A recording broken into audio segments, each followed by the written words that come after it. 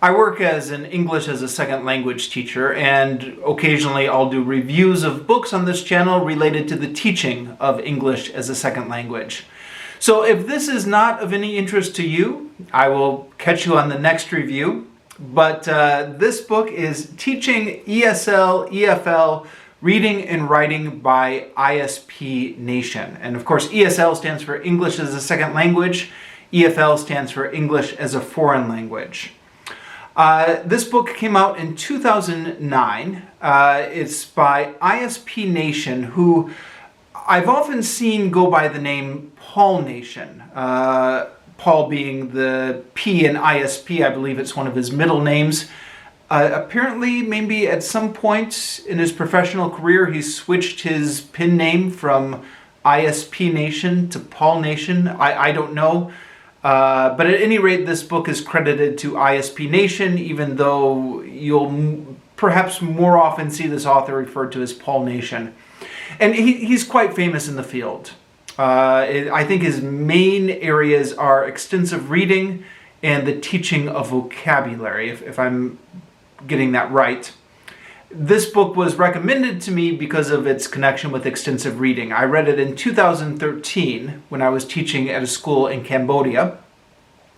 Was in the professional library at our school, and another teacher who was also interested in getting their students to do more extensive reading had read this book and recommended it to me. And I read it and I was very captivated by it. It seemed like a number of good ideas in this book, although, as I'll talk about in this review, some of those ideas which seemed quite good on paper didn't work out for me quite so well in the classroom, but I'll talk about that as I go. There's a companion book to this, which is, this book is a teaching of reading and writing. The companion book is about listening and speaking. I believe it's called Teaching ESL, EFL, Listening and Speaking, if I remember right. And I had a copy of that book made when I was in Cambodia and sat on my desk for years, and I'm ashamed to say I never got around to reading that one cover to cover, although I used it quite frequently as a reference. But yeah. That's the book I didn't read, the companion book to that. But let's talk about this book that I did read. So it's, I think, a great resource. It's written in very clear and readable language. The author states in the preface, "I have attempted to write the book using clear and simple language. Wherever possible, technical terms have been avoided." And I think I, as a reader, can vouch for the fact that he has written a book that's very readable. And it's short. It's only 150 pages long, but it's packed full of ideas. The author himself, again from the preface, says around 100 teaching techniques are described in this book. I'm going to take his word for that. I didn't actually count the techniques as I was reading, but you can see if there's 150 pages, and there's 100 techniques, you're getting a lot of techniques for your pages, right? That's got to be like one new technique every couple pages. So even if you don't agree with all of them, you're going to walk away from this book with a lot of new techniques that you can use. Now, as I mentioned, there's a lot in here about extensive reading. So Paul Nation, or I.S.P. Nation, gives a lot of information on graded readers. Now, graded readers, if you're not familiar, they're books or reading materials that are specifically designed for ESL students, which are carefully controlled for vocabulary and divided into several levels. One thing that he said that I thought was interesting is he says in order to maximize learning new vocabulary, the learners need to read at least one graded reader per week. So the graded readers are these slim books. They're usually about 100 pages or so.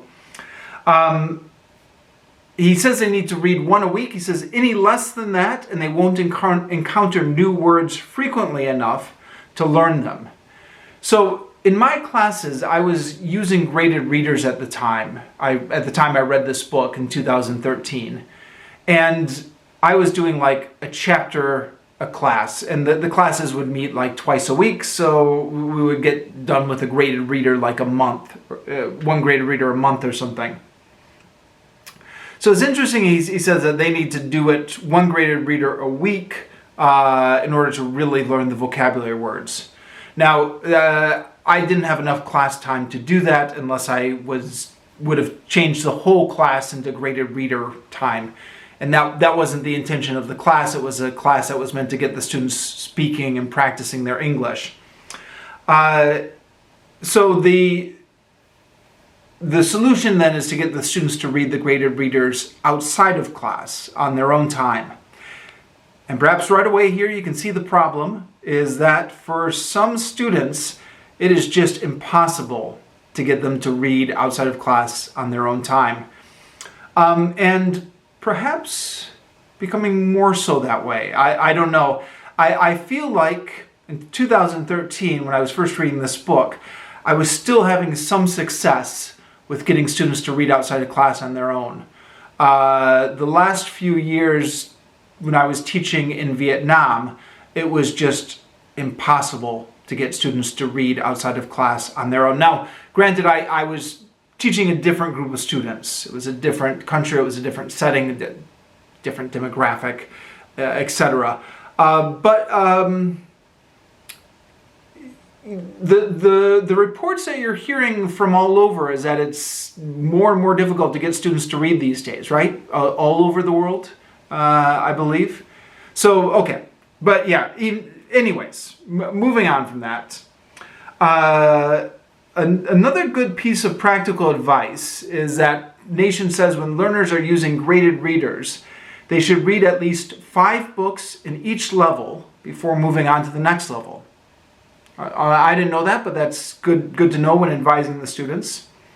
And I think the information that made the biggest impact on me is that he says extensive reading can only occur if the students know 95 to 98% of the vocabulary in the book, and 99 is preferable. And the reason that that percentage has to be so high is because unless they know 95 to 98% or 99% of the vocabulary in the book already, they won't be able to guess the meaning of the unknown words from context. Otherwise, it will just be too much unknown vocabulary and they won't be able to understand the book. So at the time I read this book, this was new information to me. I just thought, give them some challenging reading, lots of unknown vocabulary, they can work it out from context. But the level of known vocabulary they have to have really has to be quite high. And actually, since I've read this book, I've encountered even more skepticism about whether even with a 98% of the vocabulary known, if it's easy to or possible to guess unknown words from context. And some people like Russ Main on his blog, which he no longer keeps up, he's made the point that even as a native speaker, it's quite difficult for us a lot of the time to guess unknown words from context. And since he's made that point, I've noticed it myself. When I'm reading stuff and I see unknown words, a lot of the times I just have to look it up. I mean, of course, with the internet, it's easier than ever to look up words now. You just Google it. But it's difficult to guess unknown words from context. Anyways, I'm getting off on a tangent. Point being, time I read this book, I didn't realize the percentage of known vocabulary had to be that high. And it made me reevaluate a lot of the materials I was using in my class, which had a high degree of unknown vocabulary for the students. Now, he talks about intensive reading as well. The difference between extensive and intensive reading. Extensive reading is when the students read a lot, probably outside of class, for general comprehension. Intensive reading is when you take a short reading passage and you really study it in class. And traditionally, the way this is done, the way I always did it, was you give the students a list of questions about the text, the so-called comprehension questions. Students read the text and then answer the questions, and then you go over it to see if they got the right answer or the wrong answer. And Nation says something that's really interesting. He says, you're not actually teaching them to read any better when you do this. He says, you're testing how well they can already read, which is fine if you need to do it. But those comprehension questions aren't actually helping them understand anything more that they're not already understanding. So he says, what you want to do is you want to actually give them exercises which will not test how well they're able to read, but which will improve their ability to read. And he's got a really great quote on page 28. I'm just going to read this. He says, when learners study a reading text, we want them to gain knowledge that will help them to understand tomorrow's reading text. We want them to learn things that apply to all texts. We want them to gain knowledge of the language and ways of dealing with the language rather than an understanding of a particular message. So I thought that was a really good way of saying it. And I believe, I don't have this quote written down here, but I believe somewhere in the book he says something to the effect of, we want the exercises that we give them on today's text to help it make tomorrow's text easier to read. So what exactly are those exercises? Well, he's got a couple ideas which really appealed to me the first time I read this book. One is to focus on reference words. So these are words, some people call these pronouns, but I think reference is a broader category. Words that refer to other things in the text. So for example, he, she, his, her, but also words like this, that, these, those, it, or its, and what they refer to in a text. He also talks about getting students to identify in complex sentence what the main noun and what the main verb is. Now, at the time I read this book, I was teaching students who were in a challenging program. It was what was known as an EAP course, or English for Academic Purposes course, teaching students to read academic texts. And as often happens in this industry, the students were often pushed into the course whether they were ready for it or not. So you had students who were struggling to read texts which were much above their level. And as we would go through this with them, and as I would discuss it with them and try to get them to answer questions about the text, I would discover that quite often the things that were tripping them up were exactly these issues that Nation points to. So they were misinterpreting reference words. They would find a reference words like that or it, and they would either just kind of ignore it completely, or they would either just look for whatever the closest noun was to it and assume that was it, when a lot of these reference words were referring to more abstract concepts. Sometimes these reference words were summarizing whole paragraphs, something like that. The other parts, the other thing that would trip them up was, as you get into higher level academic writing, you get very complex sentences with a lot of subordinate clauses, and there would be multiple verbs and multiple nouns. And the students would often have a hard time understanding which nouns were going with which verbs. They couldn't understand what was the main subject of the sentence and what was the main verb of the sentence. Now, Nation says that activities which focus on these two things, identifying what the reference pronouns are and identifying what the subject and verb of the sentence are beneficial because they help the students actually learn how to decode the reading in a way that will help them read better in the future. And they're also good for the teacher because they're very easy to design. Now, the obvious flaw in that logic is that most teachers are teaching out of a textbook nowadays. Most teachers are not designing their own comprehension questions. They're using assigned textbooks. But putting that aside, assuming that you do have to design your own comprehension questions from scratch, if you've ever done that, you know it can be quite time consuming to just get kind of the perfect comprehension questions. And Nation said, you don't need to do that. Just go through, kind of circle all the reference pronouns, and then give the students like a sheet of paper in which they have to identify what the reference pronouns are. Or just go through and number the sentences. Each sentence, the students have to write down what is the main noun, what is the main verb.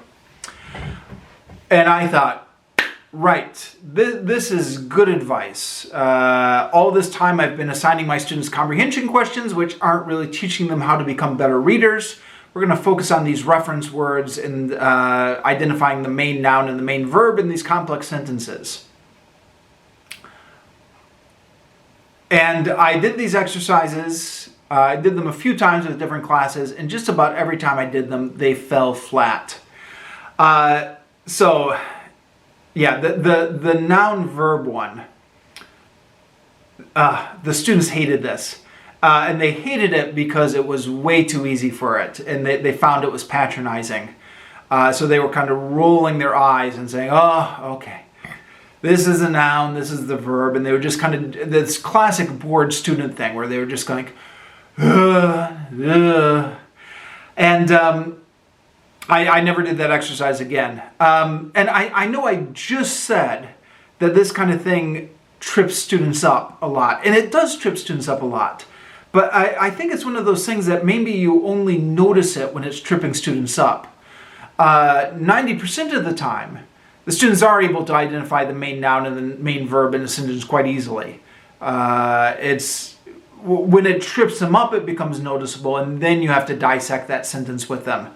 But to just go through a reading and have them go through every sentence and identify the main noun and the main verb, in my experience, was not necessary for the students, and that they did not feel it was necessary for them. Same thing for the reference words. 90% of the time, especially for higher level students, these reference words present no problem whatsoever, because 90% of the time it's very obvious what the reference word is referring to. Now, sometimes it does trip them up, and like I said, it's noticeable when it does trip them up. When the reference word is not directly next to the noun it's referring to, or when the reference word is referring to a more abstract topic or something like that. And so in those particular cases, it's maybe worth focusing on, or when you notice it's tripping them up, it's worth focusing on. But to just, as Paul Nation suggests, just give them a list of reference words. They have to identify everyone in a sentence. That is not usually beneficial, in my experience. So that's another thing that the reference pronouns I actually tried out several times before I kind of realized, okay, this is not necessary for most texts and not necessary for many groups of students. It is necessary when the reference pronoun is not immediately obvious. But in those cases, getting the students to identify what the reference pronoun is by themselves is a little bit difficult. I mean, you could tell them, right? You could put the text up on the overhead projector, and you can circle the reference word, and you can say, okay, this reference word actually refers to this abstract concept. And that might work, depending on how good you are at explaining it. But to do it as an exercise, I don't know. I always had trouble getting students to successfully complete exercises in which they had to identify reference nouns which refer to more abstract topics. It requires a skilled teacher to set it up, or it requires some degree of student training, and none of that is here in this book, unfortunately. So the exercises that Paul Nation sets you up with, he's like, right, these are perfectly easy, go off and run with them. It looks great on paper. It requires a lot more.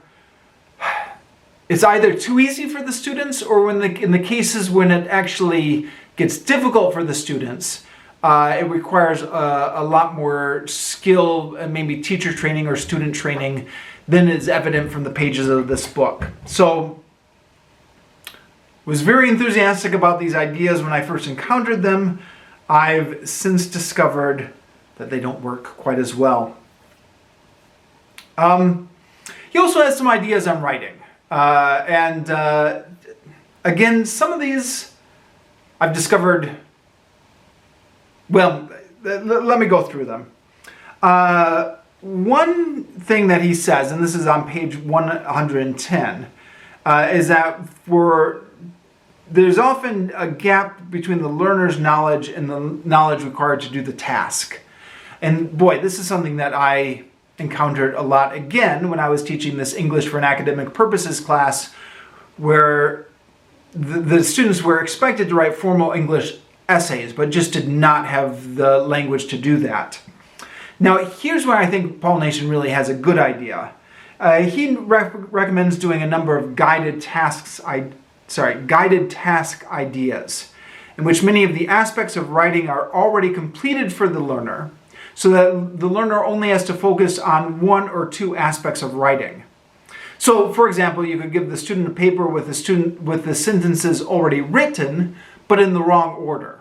So instead of having to write a formal essay, they have to order the sentences in a formal essay. Now, to a certain extent, this is nothing new, right? The ordering tasks is something that textbooks have been doing for a long time. I guess maybe the difference is that it's often regarded as a reading task or as a pre-writing task. But Nation is suggesting that this could just be the writing task for that day, the main task for it. I have discovered that when teaching very structured academic writing, as Nation says, you give them a number of guided tasks when they work at reconstructing texts before you have them just go off and write a whole text. And that's something I've learned from experience, because I used to just assign them to write the essay, and then I'd get all these horrible essays, and then I had to do major surgery on them trying to give them feedback, and the students just got demoralized, and I was working a lot correcting stuff. So yeah, that's good advice, I think, giving them small guided tasks before sending them out to write the whole essay. I mean, in one sense, it's nothing new in this field, but it's good to be reminded of. Nation also gives the idea of having students write compositions in groups so that the stronger students can help the weaker students. And this is something that really appealed to me at the time. The idea of the stronger students being able to teach the weaker students, and the weaker students kind of learning as they were writing in the groups. This is another thing, though, that looks great on paper, but is very difficult, I think, to actually pull off in the classroom. Because what the book doesn't say, but what you will inevitably find if you try and do this in your classroom, is that it's very hard to get students truly working collaboratively. The stronger students will dominate, and the weaker students will not participate.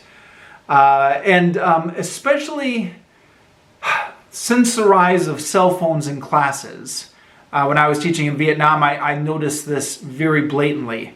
Because you try to get them to work in groups, there'd be one student writing and three students just on their smartphones checking Facebook or texting.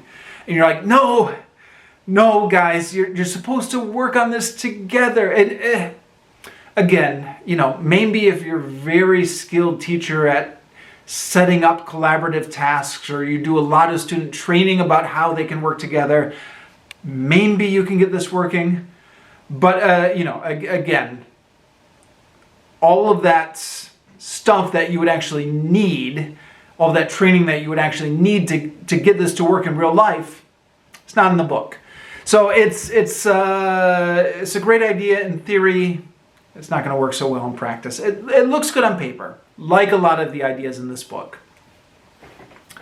Another idea he gives on page 138, which I really like, is to have students publish their work. He says this would kind of give them kind of more motivation to work on this.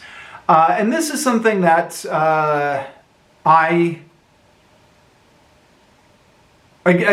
thought, oh, that's a great idea. I experimented with it. I had mild success with it. I had students publish their essays to a class blog, which I set up so that it was kind of anybody in the world could theoretically look at it. And this is this is the kind of thing that younger students are less and less impressed by, right?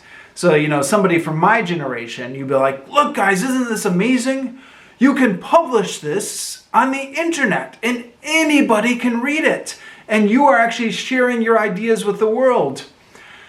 But, these students have multiple social media accounts nowadays. They're very familiar with the idea of sharing their thoughts with the world. So the idea of publishing stuff on the internet is maybe not quite as motivating for it as somebody my age thinks it might be. I also, I think this is one of the ideas in the book. I had them, we created a little class booklet that had everybody's essays in it. And on the last day of class, we all signed it and they all took a booklet of their essays as a souvenir of the class. It worked okay. It worked okay. I mean, what do you expect, huh? They weren't overly in love with these, but it was all right. Another idea he mentions is that it's important to develop writing fluency by just getting students to write even if they're not getting correct grammar 100% of the time. And this was something that, again, struck me as a great idea on paper. I had always thought that you assign students writing and then you need to correct it. Of course, the problem that every ESL teacher will know is you assign students writing, you get back this mangled grammatical syntax, and then you have to spend ages correcting it, which is a lot of work for you, and then the students get demoralized when they see all those corrections.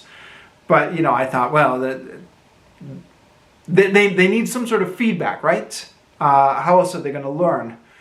But Nation says that they actually just need practice developing their writing fluency. So just practicing the vocabulary and grammar that they already know. They need to get fluent in it. And so just the act of writing by itself, whether or not they're getting correction on it or not.